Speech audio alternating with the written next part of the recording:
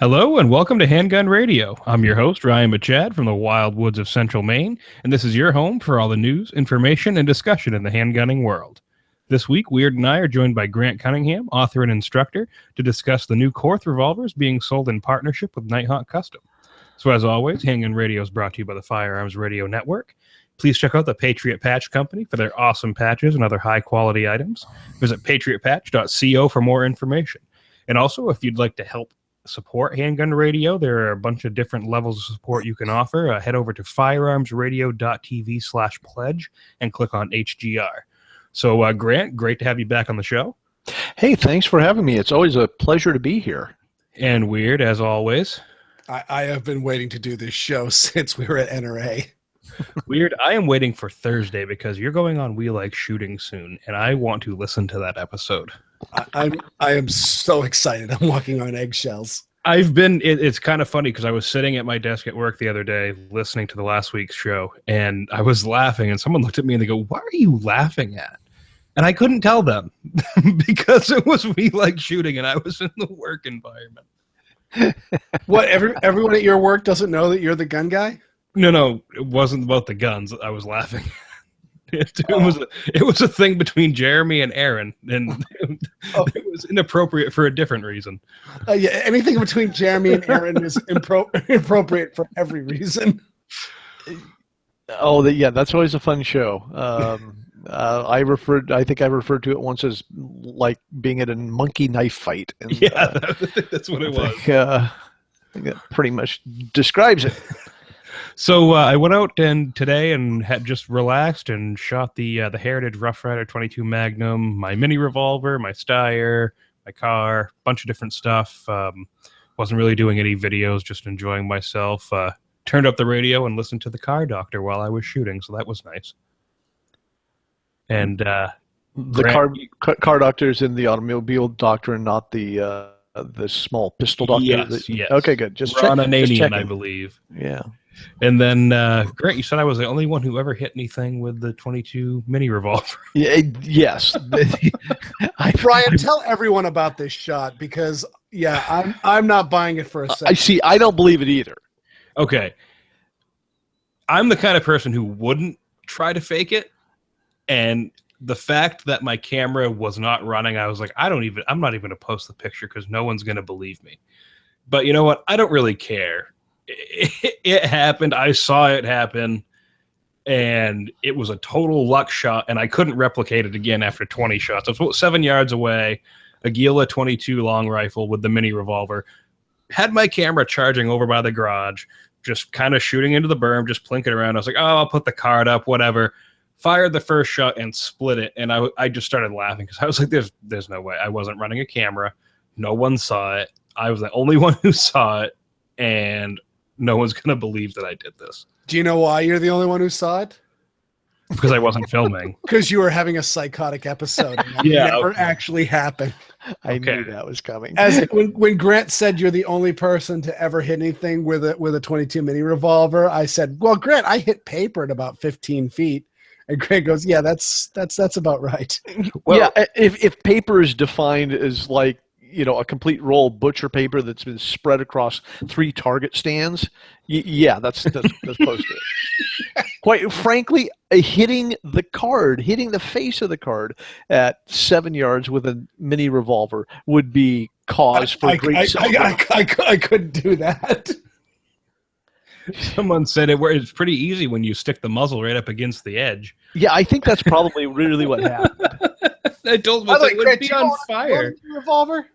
What's that? You have a mini revolver? Oh yeah. Mm-hmm. They are fun. Long rifle or Magnum? I've got a Magnum. Yeah. And I have had the long rifle in the past, and years and years and years ago, I traded it to a guy for the Magnum one, and the Magnum one, if it's possible, is even worse. Really? Well, I can't imagine because 22 long rifle. I'm an aficionado of mouse guns, so I've got a bunch of little teeny tiny guns in 22 long rifle, and they're a bit of a handful. And I can only imagine what 22 Magnum, which is not a slouch of a cartridge, is in such a tiny gun.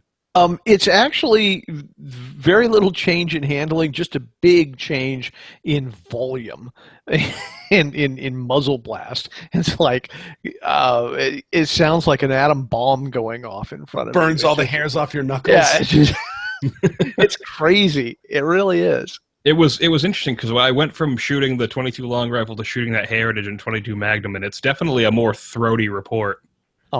Definitely. I would just assume that Grant has one in 32 Smith & Wesson short. So I also got to check out some cool guns at the Cabela's gun library. Went and saw Christian, and there were some really nifty guns there. They had a few Colt Army specials, one in 32-20. They had a few others. They had a Colt. It was a target model with their funky elevation sight in the front, their front blade. And then an early double-action Colt 1877. And the infamous stipple trigger Glock. Weird. Have you heard that story? I have not heard this story. Okay, so I posted this picture the last time I went down there. There's a Glock down there.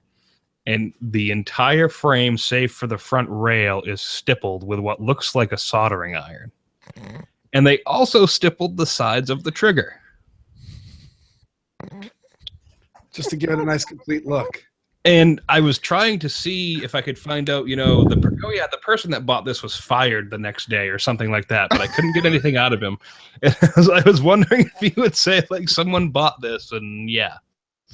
I don't know. There's nothing else special about it. It's just a Glock 17, but it's stippled terribly.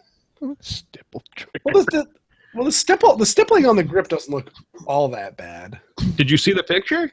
I saw the picture, but I mean, did you hold it? No, I didn't want to get it on me.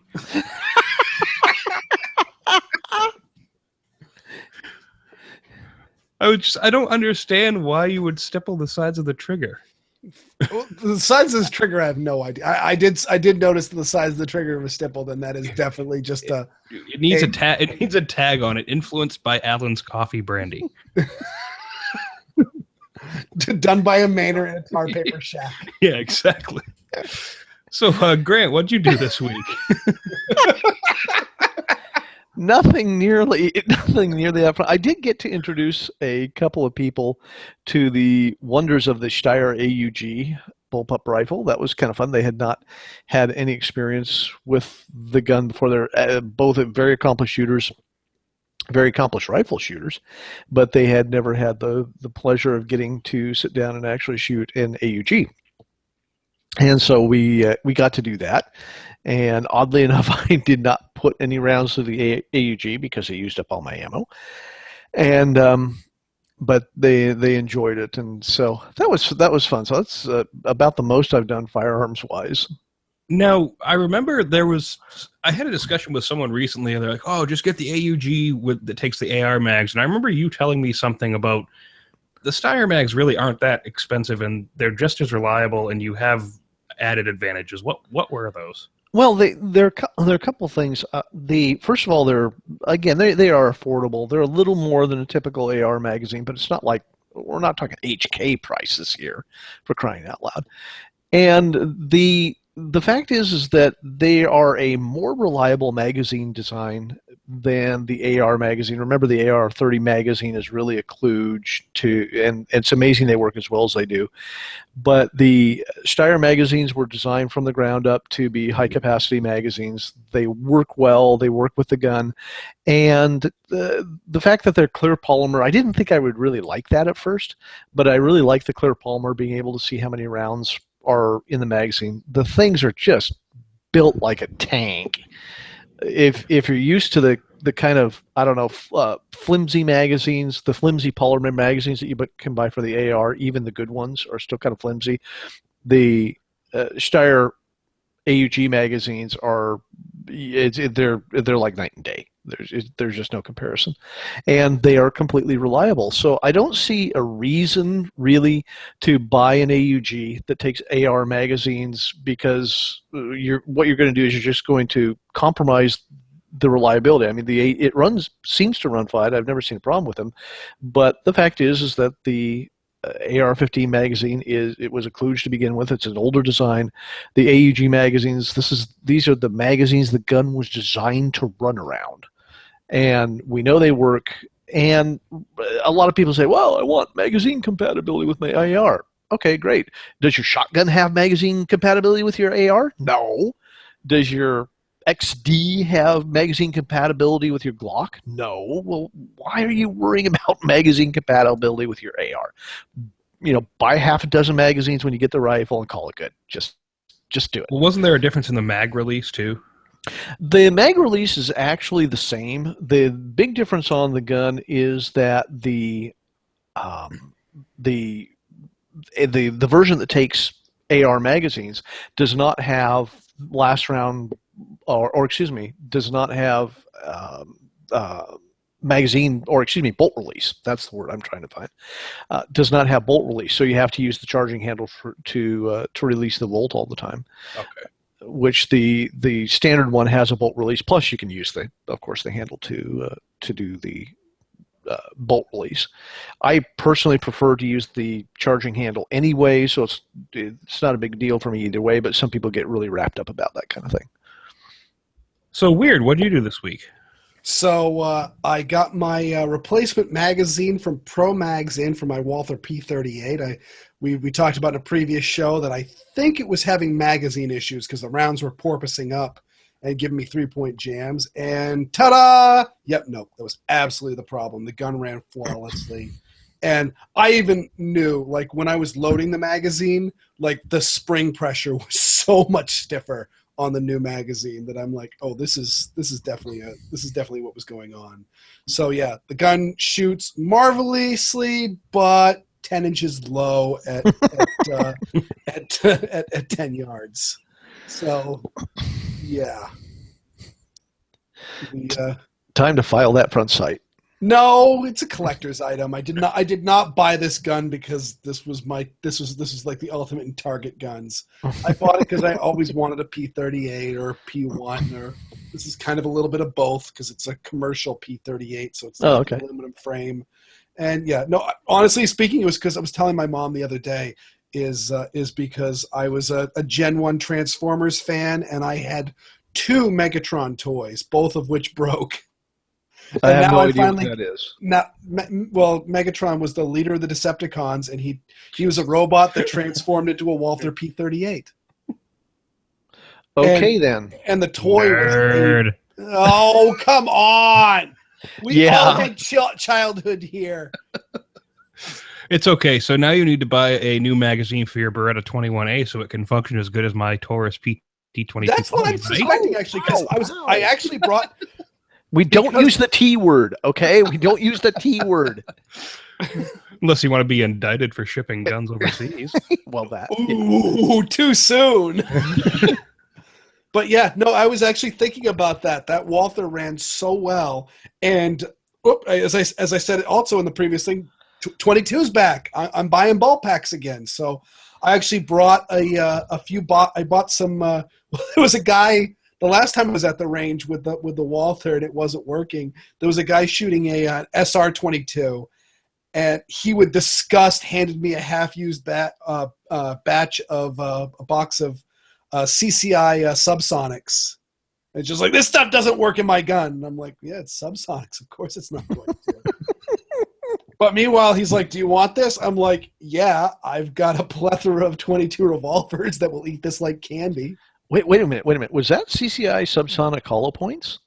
No, it was just lead round nose. He might be talking about the Quiet 22 because I bought some of that and it wouldn't function in a couple of my semi-autos. Yeah, I think it might have been quiet. It might have been listed as quiet. Yeah.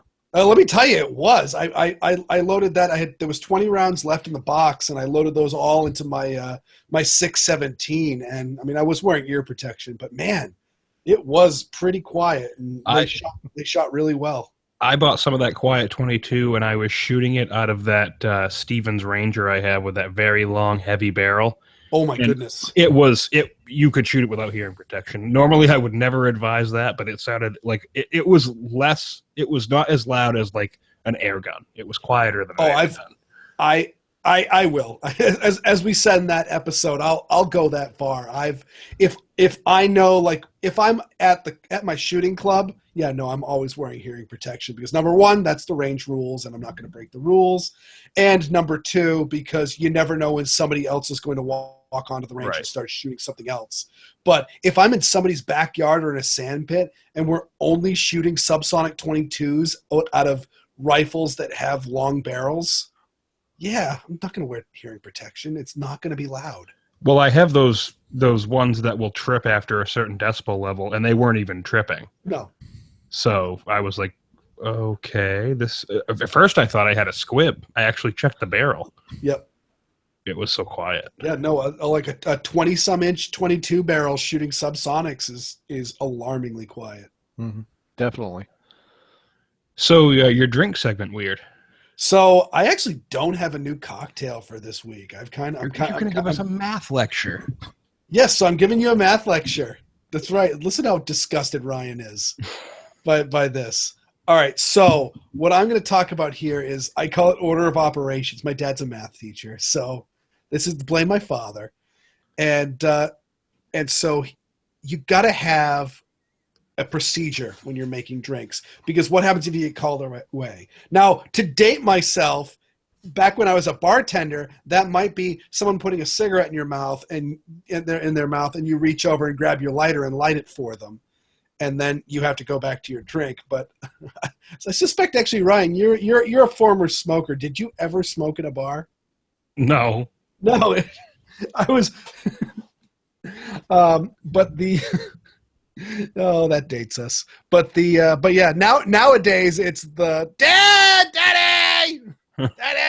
Always getting bothered by somebody going through. So the trick is, you always mix your drink in a certain order. So if you ever get distracted or have to walk away, you can come back and know where you are in the process. And so there are some people that will advocate mixing, starting with the least expensive ingredient to the most expensive ingredient. That way, if you make a mistake and mix too much or too little something into the drink, and you have to dump it out, you're not dumping out anything of value. You're dumping out, lime juice and cheap triple sec, and you're fine. I go a little bit different. I like to go most viscous to least viscous. So if I'm doing, say, a daiquiri, I'm going to be doing the sugar syrup first, then the lime juice, and then the rum. And that way the rum's kind of a solvent. It's just cleaning everything out. And so you're not leaving any residues in there. So you're getting everything in your shaker, and you're also got a little bit less cleanup at the end. But remember always, no matter what, ice last. Because the last thing you want to do is to be pouring your stuff over the ice and then get called away to do something else and find that your ice is just slowly melting into your drink, and you're going to find yourself with an over-diluted cocktail, and that's no fun. And just so you know, for the handgun side of it, I have the exact same thing when I'm hand loading, because I don't think I've ever gone through a session of reloading where someone hasn't interrupted me in the middle. So what you're saying is that it is possible to be a bartending nerd, is what you're saying. Well, Grant, what's your order of operations when mixing your kombucha? I open the bottle. Mix with stomach acid, repeat. So we also have a listener email before we get to the main topic real quick here. And this comes from Ezra. He posted it in the discussion group. And I thought, Grant, you might be able to shed some light, too. He also makes fun of weird, so I wanted to read it on air. So he said, something came up in a comedy show I was watching that actually got me thinking, and I turned to you chaps for answers. In a classic nighttime situation, when considering a situation you are forced to use your handgun defensively, how does report and muzzle flash affect your choice of caliber? Imagine if you're Weird Beard and you whip out your 1911 in one hand and your 357 snub in the other, you should plan for some extensive eardrum surgery. Explanations and considerations, gents?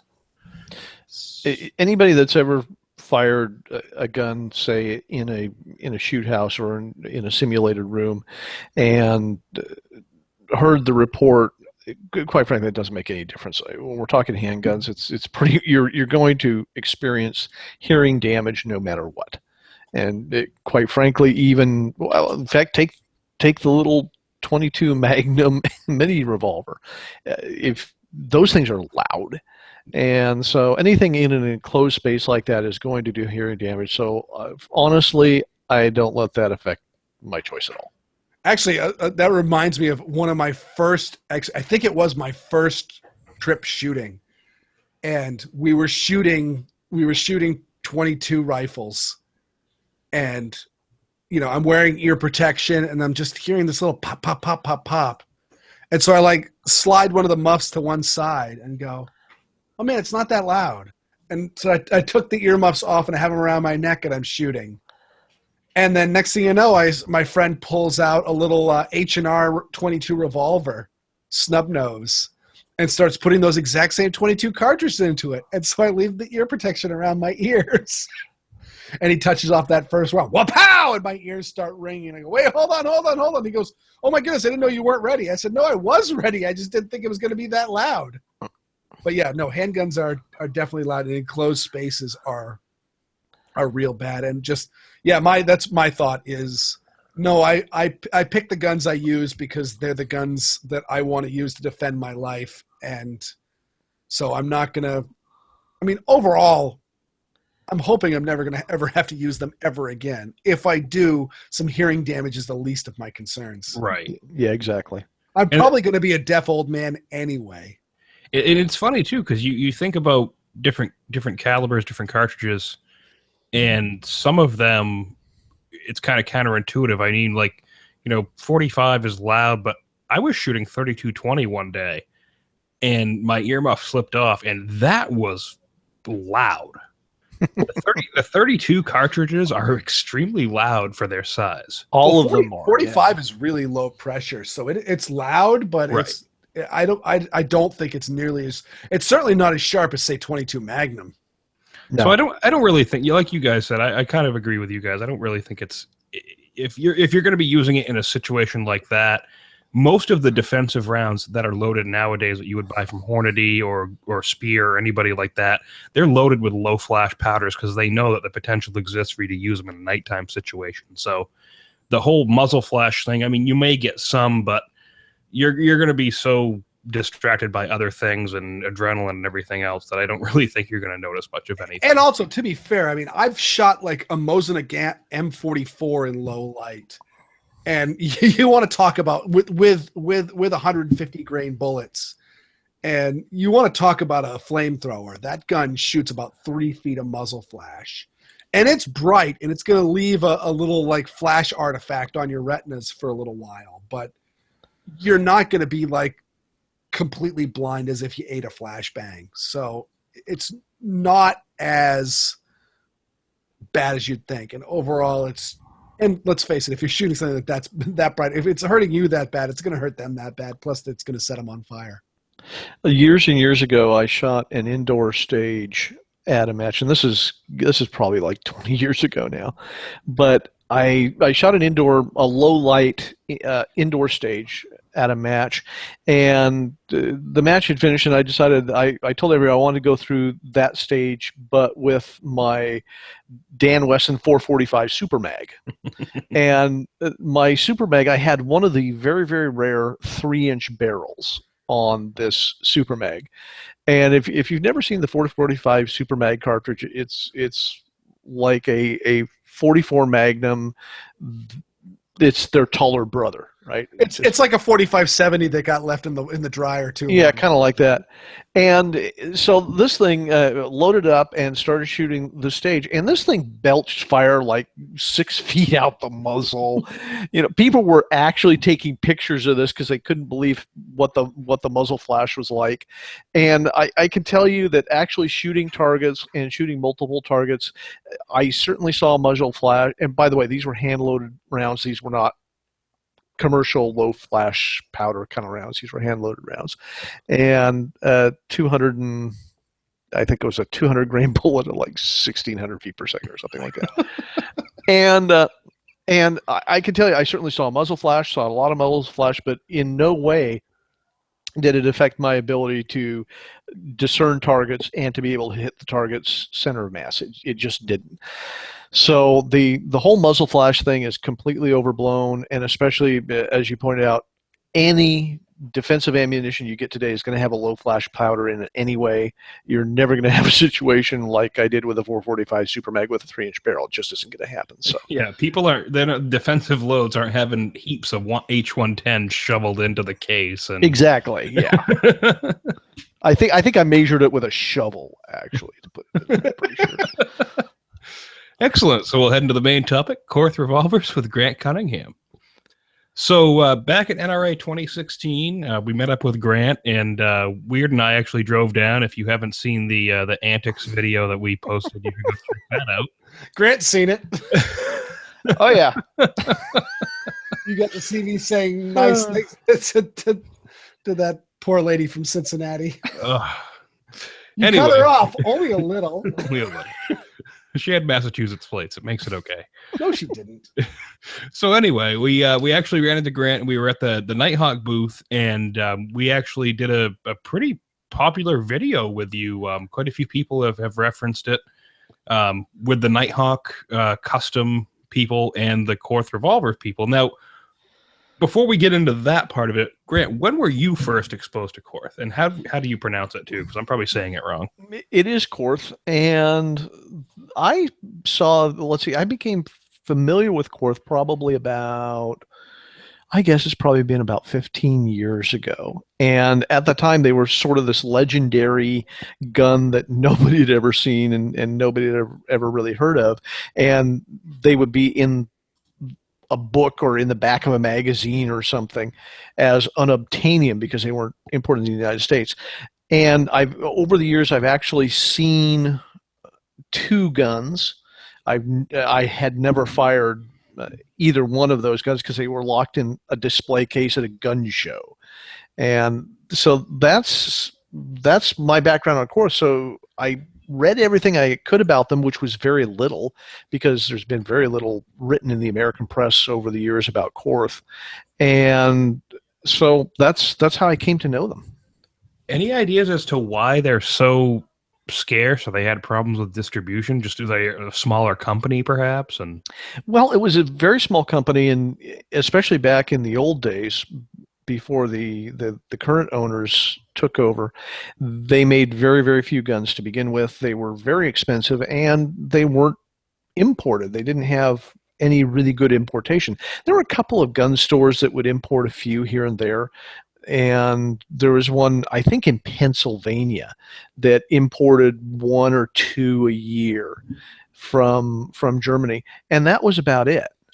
Because with no distribution and the fact that the prices were high, it pretty much kept them out of the U.S. market. If you wanted a Korth, you pretty much had to be very dedicated to go find one, or some people actually imported them themselves individually, which you can do. It's a lot of hassle, a lot of paperwork. You have to go through several layers of federal government to do it, but you can. And there are some people that imported individual ones over the years too. Life-size potato. That guy imports a bunch of stuff himself from what. Yeah, exactly. Yeah, and he has an older Korth. And if you're listening, I've sent you multiple emails. We want to have you on the show. We do want to have you on. Oh my god. Oh, he makes such good videos. If you have not seen Life Size Potatoes YouTube channel, get on there, because if you're listening to this show, you'll love it. He likes the P7 as much as Grant does. I like the P7. I don't carry it, but I like the P7. You still have one, though, don't you? I still have one. Yes, I do. I hate the company. I hate HK, but I love the gun. Grant, you need to write a book someday on your collection of guns that you've gotten over the years. Actually, I don't really have a big collection. It's just that a lot of them have gone through my hands over the years. There you go. You could do the book like Mass did. There you go. So now, Korth revolvers, what did they do that set them apart from other large manufacturers of revolvers? Because I mean, you have Colt, you have Smith and Wesson. I mean, you're a Colt guy. You know what Colt used to do, and what set them apart from the other people? The Korth revolvers are made to a standard that is just not done anywhere else, with the possible exception of the folks at Monteron in France. They're just built to incredibly tight tolerances. They are incredibly well finished inside. All the parts, they're like mirror polished, and they're put together very, very precisely. And you just don't see that level of workmanship in guns produced here in the United States anymore. It's expensive to do. And the last really truly, I think, hand-fitted gun, hand-fitted revolver, with the exception of the Freedom Arms guns, of course. But in terms of double-action revolvers, the last really truly hand-fitted double-action revolvers, of course, were the Colt Pythons. And that level of craftsmanship, that level of workmanship costs money, and there just aren't a lot of people that do it today. Fast forward to 2016, and the folks at Korth, and they're still making guns that way.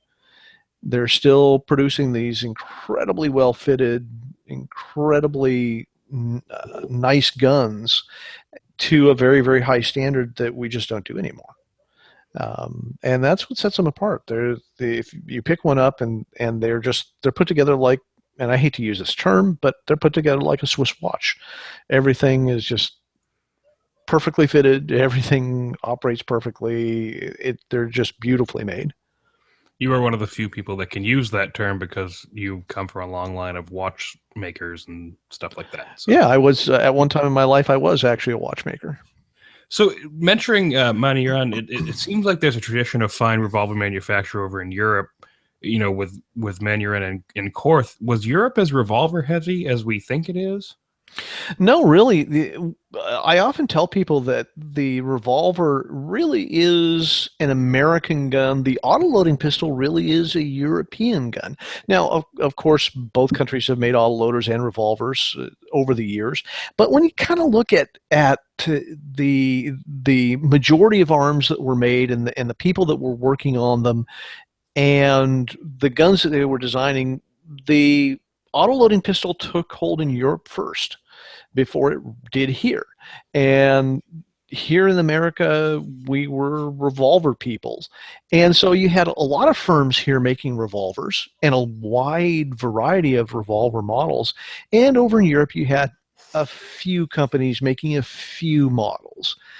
Mostly, quite frankly, it's hard to believe today, but when we think about European revolvers, they tended to be relatively cheap arms, and we think about the RGs, the Roms, and the various revolvers that came from Belgium, various revolvers that came from Spain. They tended to be low-end models. You didn't have a lot of really high-end revolvers being made in Europe, so when it comes down to it, America was a revolver country. Europe as a whole was autoloader territory. Now, for people who see those Manhurin revolvers that come in, I remember seeing a shipment that just came in through like AIM Surplus and stuff. Mm-hmm. There are different ones that we're not talking about those. They also made really, really nice revolvers, and then they also made their other like lower quality ones. It's important to understand that the ones that came in here recently, and there have actually been several big shipments of those guns over the last probably decade. 3 big shipments that I can think of off the top of my head. And it's important to understand that those were police issue guns. They were the same internals. They were the same models, the same internals. They just weren't finished. Right. To this external finish. Internally, they were the same, but external finish was not like the guns that they produced for commercial sale. But they were a relatively inexpensive entry into that revolver line because they were selling here for what, through $400, something like that. So when we saw you at NRA show, what got you involved with the Korth revolvers, and how did the whole Nighthawk custom partnership start, and how does that play out? Well, that's 2 stories. My involvement with Nighthawk started when Sheriff Jim Wilson introduced me to their vice president of marketing, and it turns out that he actually lives in my area, and we knew a lot of the same people, and we got to talking, and he found out what I did and said, "Oh gosh, well, we really need you to come and help us introduce Korth revolvers to the market." And I said, "Sure, I'd be happy to do that." So that's how that whole thing came apart. If you want to blame anybody, blame Jim Wilson. Was that with him knowing your opinion of the 1911? Oh yeah. There's that picture too. There's that picture of Grant with his hands on each side of his face at NRA 2015 at the Nighthawk booth. Jim and I have a lot of fun. I like Jim, and we get along really well. We disagree about some things, but we keep it polite and professional. And on a personal basis, I like Jim a lot. I do make fun of his 1911 though, all the time. And so the sad thing is that he was not at the NRA show, so that I could repeat that picture, but now with Jim in my position, and we will do that still. But the situation with Korth and Nighthawk, I don't know what sort of internal things were going on, but about 2 or 3 years ago at SHOT Show, I actually had a discussion with the Korth people, and they were looking for a distributor at the time, and they hadn't found anybody, and they were actively looking. But of course, it takes excuse me, to bring a gun of that caliber to the market requires a special company, and they just could never find a company that could really back it with the dealer network and everything else that they needed. And Nighthawk somehow found out about them and started talking, and that's how this came about. As recently as well, in at this last SHOT Show, they were apparently still talking, and then by NRA show they had firmed everything up and come to an agreement. So Korth was actively looking, and Nighthawk apparently was the right company, because you look at the guns, and they're Korth revolvers, but they have they do have a decidedly Nighthawk flavor to them. Well, the revolvers, of course, they've got the Nighthawk logo on them, and the revolvers that are being imported are revolvers that Korth decided to make specifically for the American market. Okay. And the traditional Korth revolver has a very, very high blue polish finish and very, very European looking in that regard. And of course, they use their own weird grip frame and their own weird speed loader size and everything else. And so Korth knew that they needed to make a slightly more Americanized version that uses L-frame speed loaders, uses L-frame grips to make it in America, because nobody makes grips for regular Korths except for nil grips. And if you want to spend $200 or $250 on a pair of grips, hey, great, more power to you. So they made these revolvers specifically for the American market. The internals are the same as the regular Korth revolvers, but the grip frame now takes L-frame speed loaders. The cylinders are sized for, or excuse me, L-frame grips. The speed loaders are sized for L-frame speed loaders, and they gave them a diamond-like coating finish, a very, very hard black, beautiful, very technical looking finish to them. It really was beautiful. And I got to point out, that was the first thing I asked you, as I said, geez, I mean, so now these are the NRA display guns we're looking at. So everyone's got their filthy little hands all over these guns for 3 days straight, hundreds and hundreds of hands, all dry firing them and slamming the cylinders closed. And I went, Grant, there's no drag mark on the cylinder. How does that work? Well, in fact, not only those weren't for the NRA show; those are the guns that they had been using at shows like IWA in Germany. These things, they were using them for test firing and everything else. These guns had been through a lot of hands before they ever got to the NRA show. Wow, I didn't realize they meant that extensive, because these guns were really, really tight and really, really nice still. Yeah.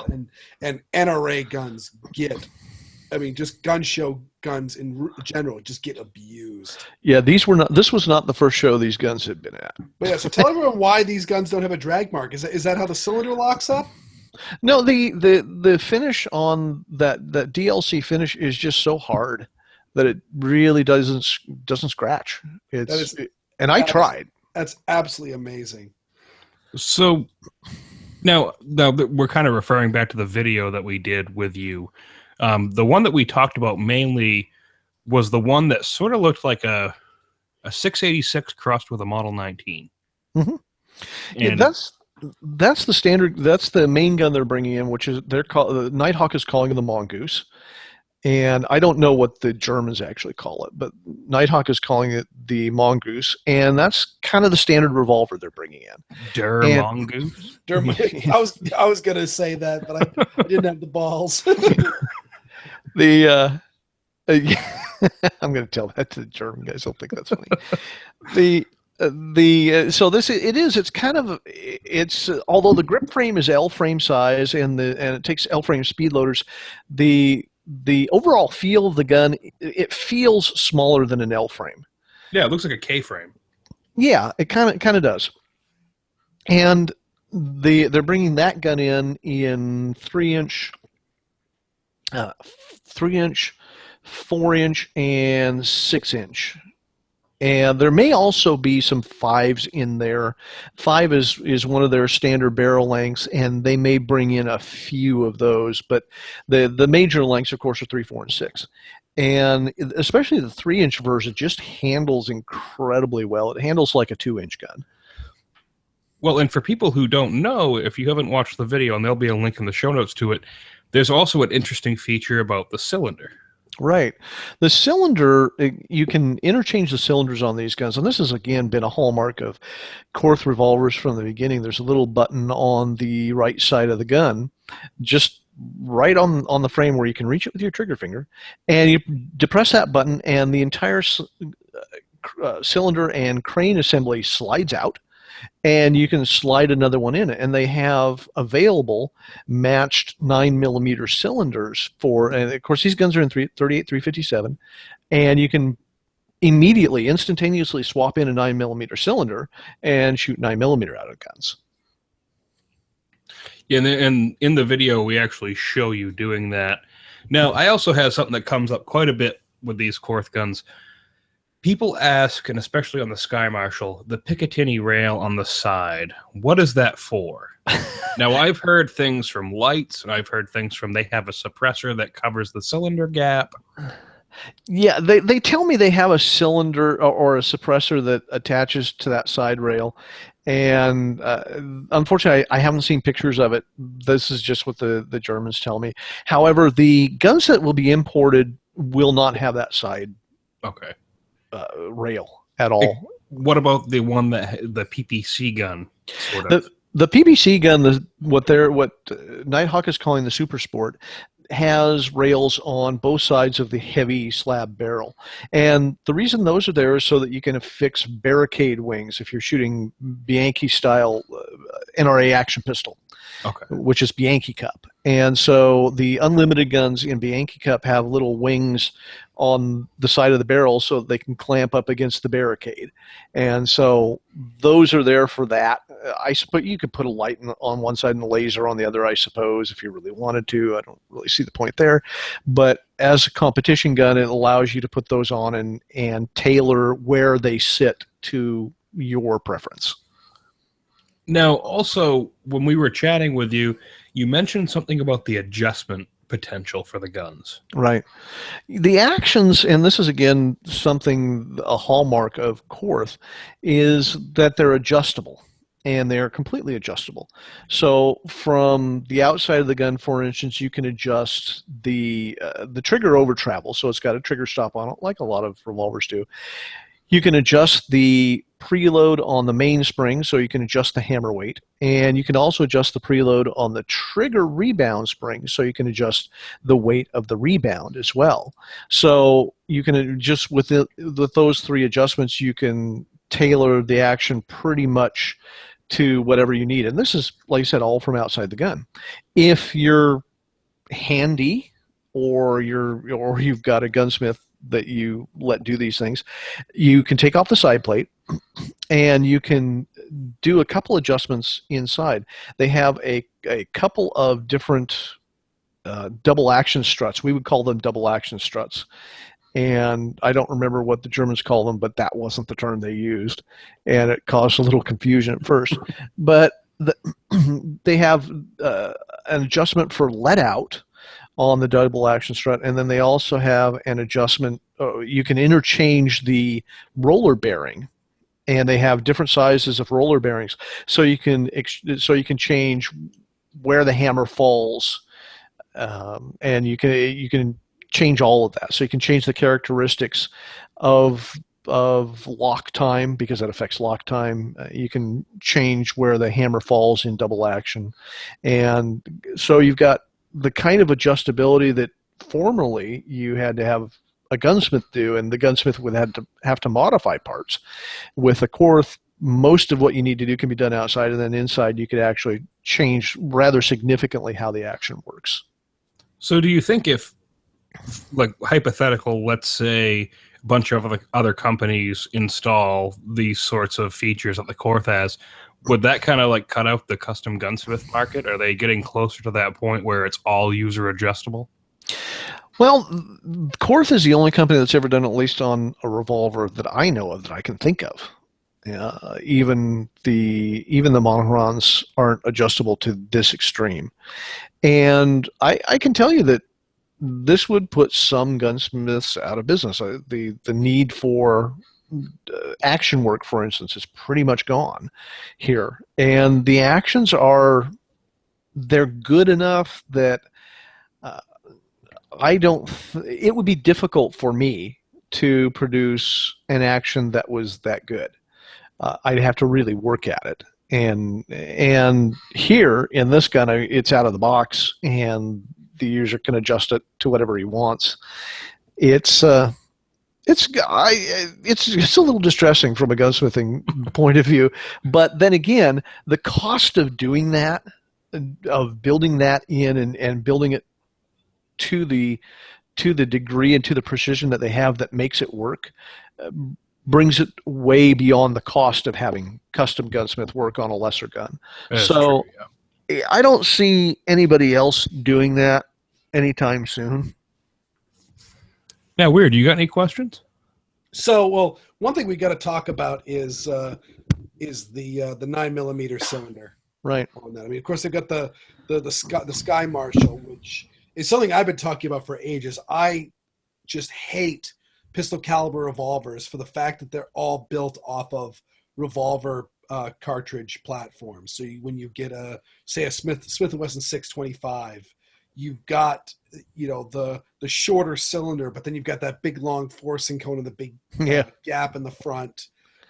Or any of these guns, either it's going to be a very, very long cylinder, so you're going to have a lot more free bore before it hits the forcing cone, or it's going to be a shorter cylinder with a big goofy gap in the front of it, and the frame window is going to be just too large. So the Sky Marshal, one thing I did like about it, this is more of a comment, is that it's built around a 9mm size. So it was a 9mm size chamber, 9mm size cylinder built into the gun.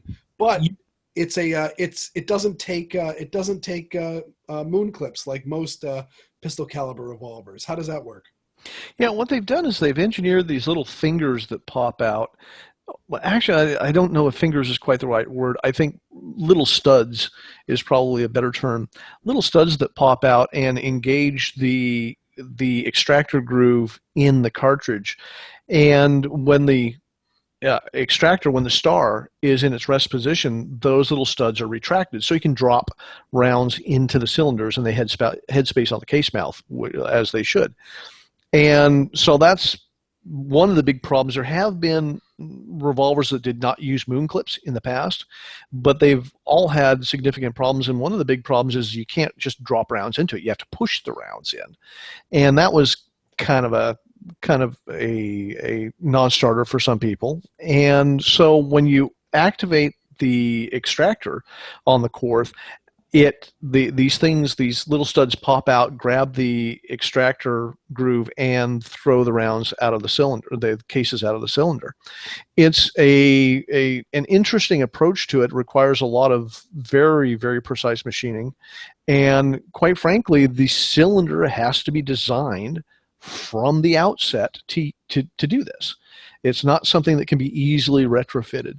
And they spent a lot of time doing the engineering, and they came up with a very interesting solution. I'm anxious to get my hands on one to see how well it works. But one of the Nighthawk guys went to Germany and put several hundred rounds through one of these guns and said he tried everything he could think of to get it to have a failure to extract, and he said it was 100% over several hundred rounds of shooting. So I'm very encouraged by that. This is kind of a holy grail. The Rugers worked on these, Smith & Wesson's worked on these, the Charter Arms people have worked on them. The less said about that, the better. Didn't Taurus have one too? They may have, but we don't use the T word, remember? We don't use the T word. I just had to bring it up again.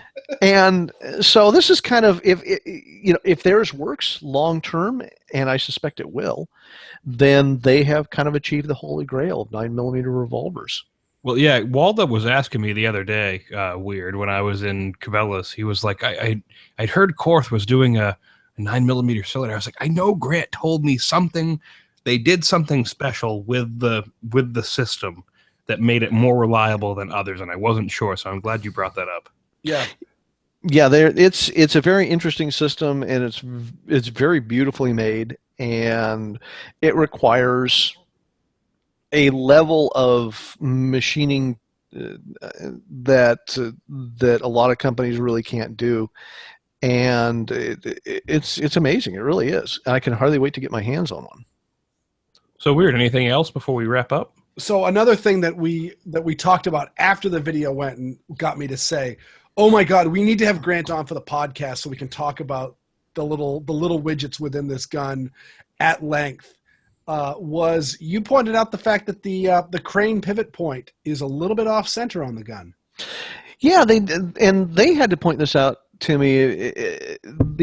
Of course, if you look at the gun from the front, the pivot point where the crane comes out of the frame is not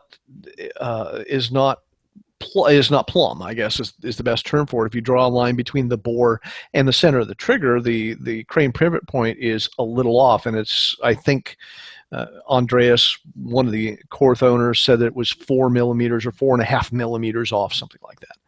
And the reason they did that is so that when the cylinder opens, it's further away from the frame so that you can get speed loaders in easier. And you open the thing up, and sure enough, it's got more frame clearance than a K frame does or an L frame does. It's not a lot, but it's noticeable once you look for it. Yeah, that just shows like what kind of thought went into designing these, is just going that little extra step. Exactly, and the owners of Korth, Martin and Andreas, they're both shooters themselves. These guys are avid shooters. I mean, very, very serious shooters.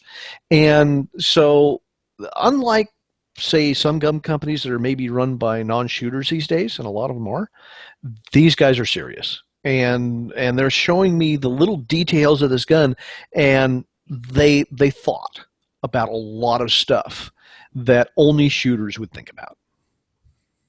I really hope they get more inroads in the American market, because they really produce a fine gun. I mean, you definitely, if you're listening to this episode, you got to go to the show notes or go to the YouTube page, search Ryan Machad, find the Korth video, and because we have an overview of the internals with the cutaway Sky Marshal, or what do they call it, the Skyhawk now? The Skyhawk, right? Yeah, Skyhawk, and then we have the discussion with Grant with close-ups of everything we've talked about tonight. So it's really, really useful if you're having a hard time imagining what we're talking about. You can go there and see exactly what we're referring to. Yeah, and the gun should be they're due in any day now because their target date was the end of September. And so, in fact, I asked my contact at Nighthawk if that's still on track, and he said yes, it is. They should be in any time, and then, of course, sent out to the Nighthawk dealers. So these things should be hitting Nighthawk dealer shelves. Figuring time for processing and all that kind of thing, probably I'm going to guess towards the end of October. Maybe a little sooner, and of course they will be in somewhat limited numbers. This is not a mass-produced gun. This is a very relatively limited produced gun, but they will be available. Well, hopefully they take off because, again, I mean, you always hear people talking about. I mean, the two things I hear a lot is I hear people go, "Oh my goodness, I can't believe Colt doesn't make the Python anymore. I can't believe they don't do that. Oh, Colt Python was such a great revolver. Why don't they make that anymore?" And yet, almost in the same breath, it's never in the same breath, but you just, at similar levels, you see people go, "Oh my God, I can't believe they're charging that much for a revolver."